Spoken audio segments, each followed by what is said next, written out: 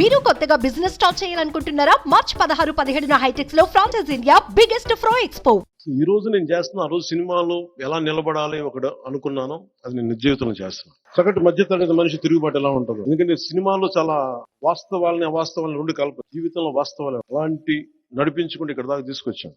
ఈ 2014, 2019 నేను అనుకుంది అంచెలంచెలుగా పార్టీని పెంచుదామని. నాకు బలం లేదని నాకు తెలుసు. అందరికీ ఈ సందర్భంగా నేను చెప్పదలుచుకుంటుంది, పవన్ కళ్యాణ్ ఒక నటుడిగా లేదంటే ప్రజాభిమానం ఉన్న వ్యక్తిగా ప్రపంచం అంతా తెలుసు. పొలిటికల్ పార్టీగా జనసేన రెండు విభిన్నమైన అంశాలే. పవన్ కళ్యాణ్ జనసేన పార్టీ రెండింటిని కలపడానికి సమయం పడుతుంది. అందుకే నేను 2.5 దశాబ్దాల సమయం చెప్పాను. నేను నడవాలి. ఒక ఎంఎస్సి స్టూడెంట్ ఫిజిక్స్ నేర్చుకున్న తర్వాత మళ్ళీ న్యూక్లియర్ ఫిజిక్స్కి వెళ్ళాలన్నా లేదా కెమిస్ట్రీకి వెళ్ళాలి, మళ్ళీ సపరేట్ అధ్యయనం చేయాలి, దానికి ఇంకా చదవాలి. నేను ఒక పాపులర్ యాక్టర్ అయినంత మాత్రాన రాజకీయాల్లోకి రాగానే అది వెంటనే అది ట్రాన్స్ఫర్ అవుదాం అధికారంగానే పవర్ గానే. అందుకే నేను 2.5 దశాబ్దం పనిచేద్దామని నిర్ణయించుకుంటే నాకున్న అభిమానం బలం ఏం చేస్తుంటే వాళ్ళకి మాట పట్టరాళ్ళు. మోడీ గారికి నమస్కారం చేసినా నువ్వు మోడీ గారికి నమస్కారం ఎందుకు చేస్తూ ఉండవు? అరే ఆయన మహానాయకుడు, ఆయనకి నమస్కారం పెట్టే ఒకసారి ఏమైపోద్దంటే అభిమానం ఎదగనివ్వదు. ఒకసారి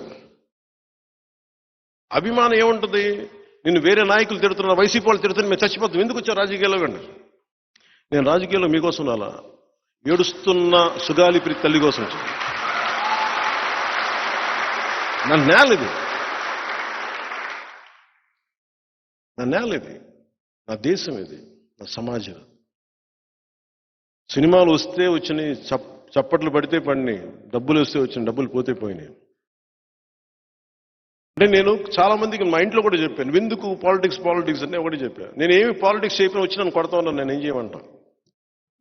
శుభ్రంగా సినిమాలు కూర్చొని చేద్దామంటే అత్తారింటికి దారేదిని పని కట్టుకొని నన్ను ఇంటర్నెట్లో రిలీజ్ చేశారు. చెప్పాను, నన్ను బతకనివ్వరు ఎవరన్నా. నా ఎదుగుదల నాకు శాపం అయిపోయింది. మీరు గుండెల్లో ఉన్న అభిమానమే నాకు శాపం అయిపోయింది. ఇంతకాడికి రాజకీయం చేసుకున్నాను. నాకు ఆ భయాలు లేవు నాకు. సో 2014-19 నుంచి అంచెలంచెలుగా పెంచుదాం అనుకున్న పార్టీ నేను ఇబ్బంది పడుతుంది. ఈ పార్టీకి రికగ్నైజ్డ్ పొలిటికల్ పార్టీ అయిపోయింది జనసేన. 18 లక్షల పైచీలకు ఓట్లు వచ్చినాయి మనకి. అదే కనుక ఒక 10 నియోజకవర్గాల్లో కనుక ఉండుంటే దాదాపు ఒక 2 ఎంపీలు, 10-12 సీట్లు ఎమ్మెల్యే సీట్లు ఈ పార్టీ రికగ్నైజ్డ్ పొలిటికల్ పార్టీ అయిపోయింది. ఆ రోజు నా వ్యూహాన్ని ఎవరు అమలు చేయనివ్వలేదు. నేను వెళ్తే జనం వచ్చేస్తారు, లక్షలాది మంది జనం, లక్షలాది ఓటర్లు కాదు. చాలా నాకు స్పష్టత ఉంది, నాకు చాలా స్పష్టత ఉంది. పవన్ కళ్యాణ్ వ్యక్తిగా నాకు అతని మీద అవగాహన ఉంది. పవన్ కళ్యాణ్ ఒక పార్టీ నాయకుడు, అతని పార్టీ మీద కూడా నాకు చాలా అవగాహన ఉంది. అందుకే నాకు వ్యూహం నాకు వదిలేయండి ఎందుకని అడుగుతానంటే, నన్ను అర్థం చేసుకున్నంతగా నాకు అరమరికలు ఉండవు నా దగ్గర. చాలా బ్లాక్ అండ్ వైట్లో చూస్తాను పవన్ కళ్యాణ్ అనే వ్యక్తిని. కానీ మీ గుండెల్లో అభిమానం అంటే మీరని కాదు, బట్ నన్ను ఇట్లా చూద్దాం అనుకున్న వాళ్ళకి ఎవరి దగ్గర తగ్గడం ఒప్పుకోరు. తగ్గడం చాలా అవసరం, చాలా అవసరం. చిన్నప్పుడు మా టీచర్ చెప్పాడు, తాను తగ్గించుకున్నవాడు హెచ్చింపబడిన. తగ్గే కొద్ది ఎదుగుతాం తప్ప నాశనం. అణిమాది అష్టసిద్ధుల్లో అణిమ చిన్నపాటి అణువు దాల్చడం. అంతేగాని అది పరిస్థితులు కుదరనప్పుడు, పరిస్థితులు ముందుకు తీసుకెళ్ళినప్పుడు you have to cut down your size. అంతేగాని బయట ఇక్కడ ఈ స్థానం ఉంది కదని ఇక్కడ నేను చెలాయిస్తానంటే కుదరదు ఇక్కడ. అందుకే నేను ఈ స్థానాలన్నింటినీ కూడా 19లో నేను ఒక 30 స్థానాలు పోటీ చేద్దాం అనుకున్నాను. ఆ రోజు నన్ను అందరూ కూర్చోబెట్టి ఇవి చేసి ఒత్తిడి పెడితే నిస్సహాయత వదిలేశాను. నా దారుణం ఏంటంటే నేను ఓడిపోతున్నాను సంగతి కూడా నాకు తెలుసు. కానీ యుద్ధం చేసేటప్పుడు ఇంక ఓటమి చేయాలి అపజేయాలని ఆలోచించాం, యుద్ధమే చేయాలి. నాకు ఆ జ్ఞానం ఉంటుంది కదా, మనకు ఓట్లు పడతాయా పడవని. భీమవరంలో కూడా నాకు ఓడిపోతాను అర్థమైంది. నాకు